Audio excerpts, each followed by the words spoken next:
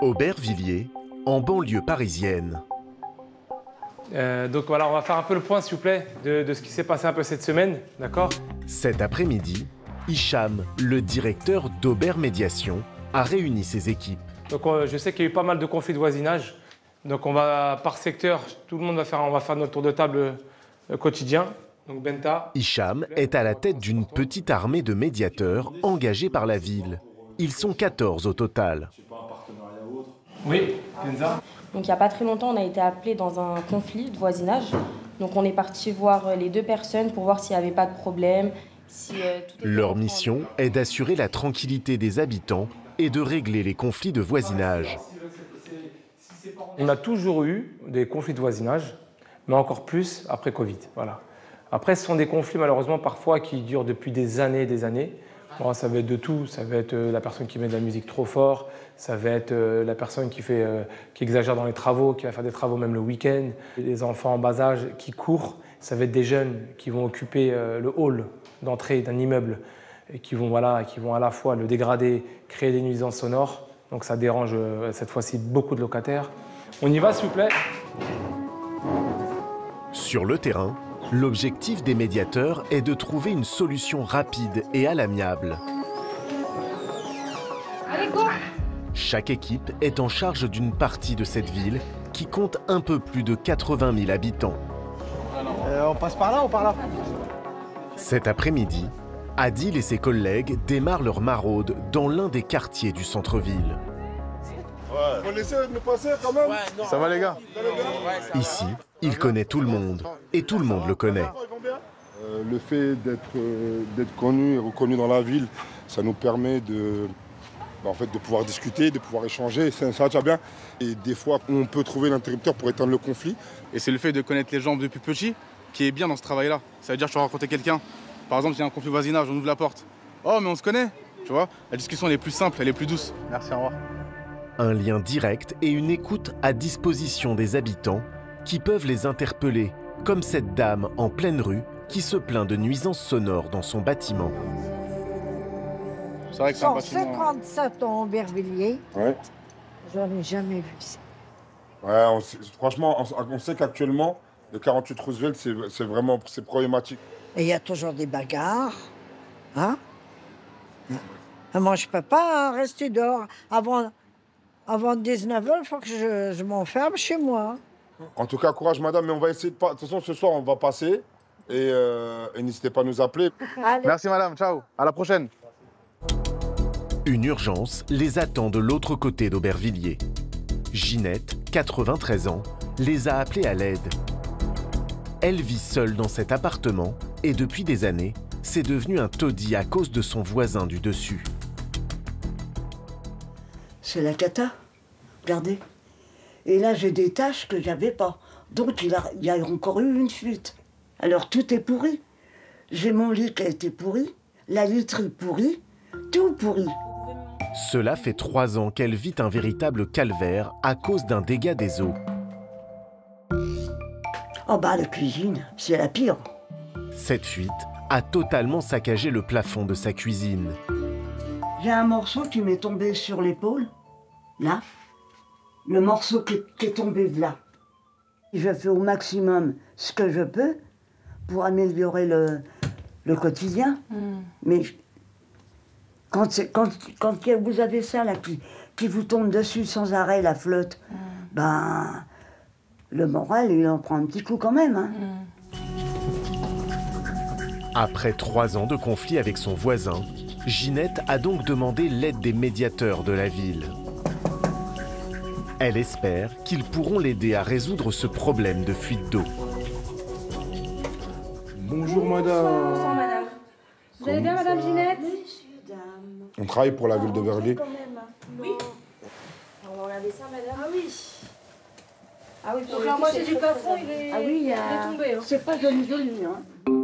Pour régler ce litige épineux, Adil veut s'assurer que le propriétaire des lieux est bien au courant du sinistre. Vous avez le contact du propriétaire du logement ou pas du tout? D'accord. Il habite pas là. Et donc, vous n'avez pas de contact avec lui pour savoir si lui, il n'est pas prêt à faire des travaux ou quoi aux caisses. Jamais, il n'a jamais bougé, il n'a jamais rien fait. Et mais déjà, on va essayer d'aller voir votre voisin d'au-dessus, essayer de régler le problème. Je te souhaite du courage. Merci, c'est très gentil. Attends, tout de suite. Les médiateurs d'Aubervilliers ne sont ni policiers ni juges. En revanche, ils arrivent souvent à dénouer les conflits grâce à leur écoute et leur compréhension. Salam alaikum, bonjour chef, ça va? En fait, elle a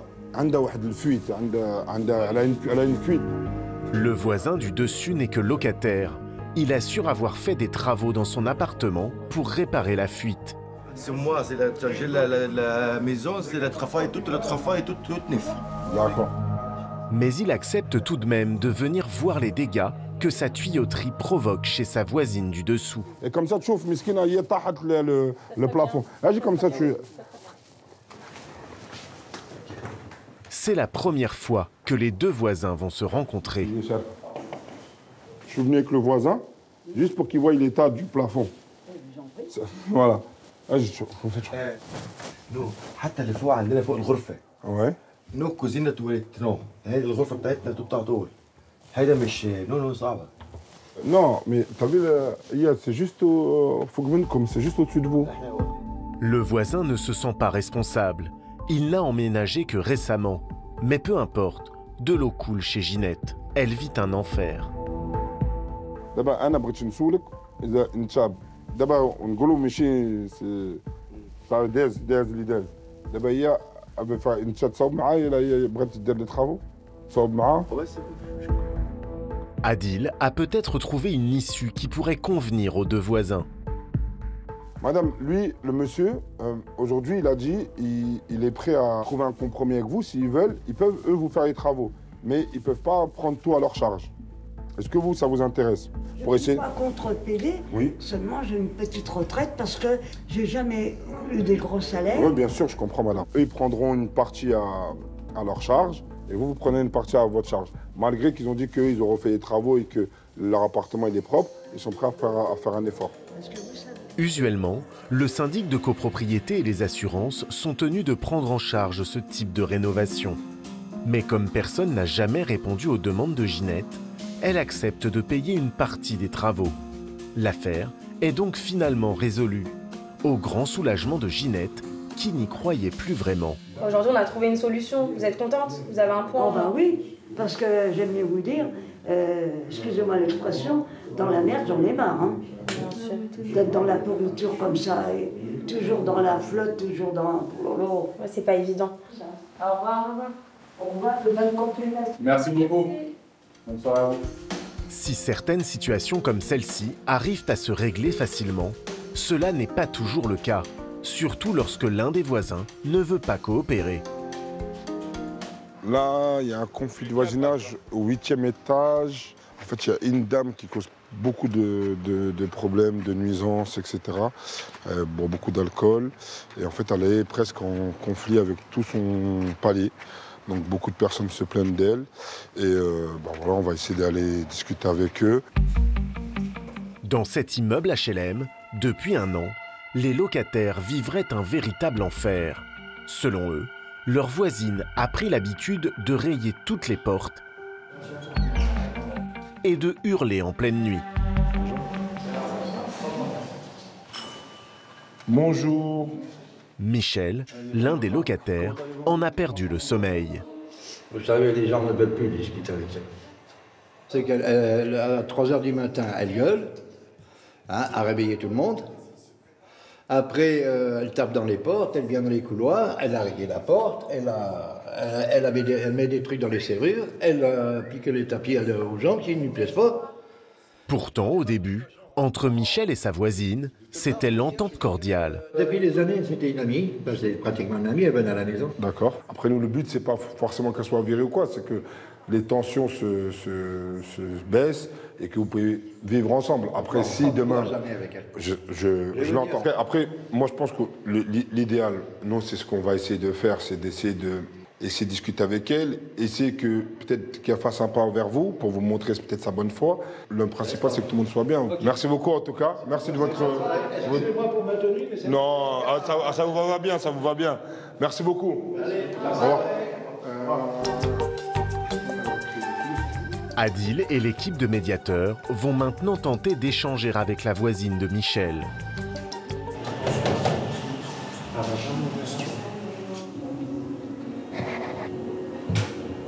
Cette dernière est bien chez elle, mais elle a décidé d'augmenter la musique pour ne pas les entendre sonner.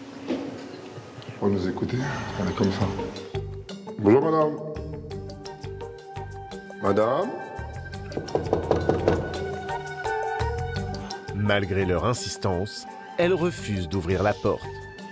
Pas ouvrir. En fait, elle sent notre présence et elle fait exprès de pas ouvrir. Ah oui. Elle met de la musique plus fort, du coup... Vous pouvez voir l'état de sa porte, hein, elle est vraiment... L'équipe tente une autre approche en faisant intervenir les femmes du groupe. Essaye. Reculez, reculez. Recule. C'est quoi son nom? Je sais plus. Dis bonjour madame. Madame? Bonjour madame. Des fois ça sort Si vous pouvez juste ouvrir, on veut juste discuter avec vous. On n'est pas de la police, rien à voir, on vous a déjà rencontré. Est-ce que vous pouvez nous ouvrir votre porte, s'il vous plaît? Ok. Ça c'est dommage. Qu'est-ce qu'on... Adil et les équipes de médiateurs décident de jeter l'éponge.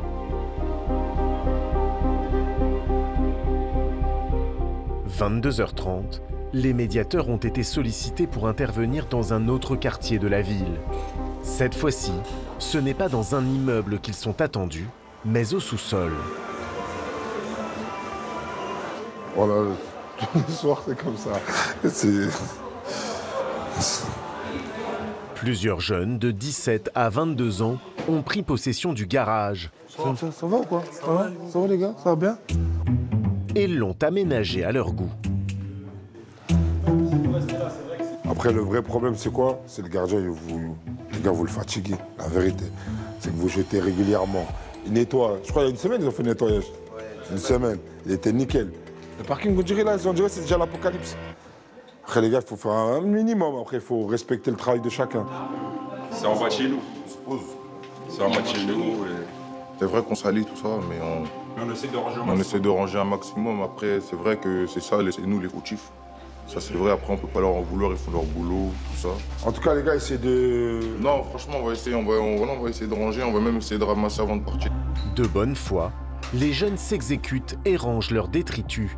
Les médiateurs ne leur demandent pas de quitter les lieux pour autant. De temps en temps, on leur demande de sortir quand ils abusent, qu'ils sont vraiment beaucoup et qu'ils dérangent vraiment les locataires. Et surtout, à partir du moment où les locataires se plaignent, c'est que vraiment ils ont déjà abusé, etc. Parce qu'ils sont comme dans les caves. Pourtant, des voisins qui se plaignent de cet attroupement quotidien, il y en a beaucoup. Cela fait plus de 10 ans que les jeunes ont pris l'habitude de squatter devant les voitures, aux grandes dames des locataires qui n'en peuvent plus. Bah, vous voyez, hein, c'est un peu encombré. Après, c'est vrai qu'avec les médiateurs, ça permet des fois de faciliter le dialogue avec les jeunes, on va dire, parce que c'est pas toujours évident de se retrouver voilà, face à des jeunes qui peuvent être nombreux, ils peuvent être nonchalants, mais voilà, bon, grâce aux médiateurs, on arrive un peu toujours à avoir une discussion. Ils ont une approche assez facile avec les jeunes. Donc ça nous permet quand même d'avoir parfois la vie un peu plus facile, on va dire. Et bon courage et n'hésitez pas à nous appeler si vous avez des besoins ou quoi. On est là. Bon courage. Bonne soirée. Chaque année, plus de 1000 signalements de problèmes de voisinage sont désamorcés par ces médiateurs sociaux, un chiffre qui a doublé depuis le confinement.